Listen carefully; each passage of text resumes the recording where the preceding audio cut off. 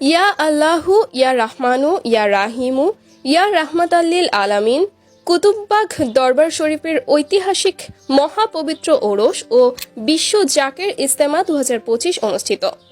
ঢাকা ফার্মগেট কুতুববাগ দরবার শরীফের ঐতিহাসিক মহাপবিত্র ওরস ও বিশ্ব জাকের ইজতেমা আনোয়ারা উদ্যান ও টি&টি মাঠ ময়দানে অনুষ্ঠিত হওয়ার কথা ছিল, কিন্তু পীর কেবলাজানের আদেশে ওই দুটি স্থানে ওরস স্থগিত করা হয়। পীর কেবলাজানের পরবর্তী আদেশে বৃহস্পতিবার ও শুক্রবার 34 ইন্দিরা রোড কুতুববাগ দরবার শরীফ সদর দপ্তর ও কেবলাজানের বাসভবনে ওরস পালন করা হয়।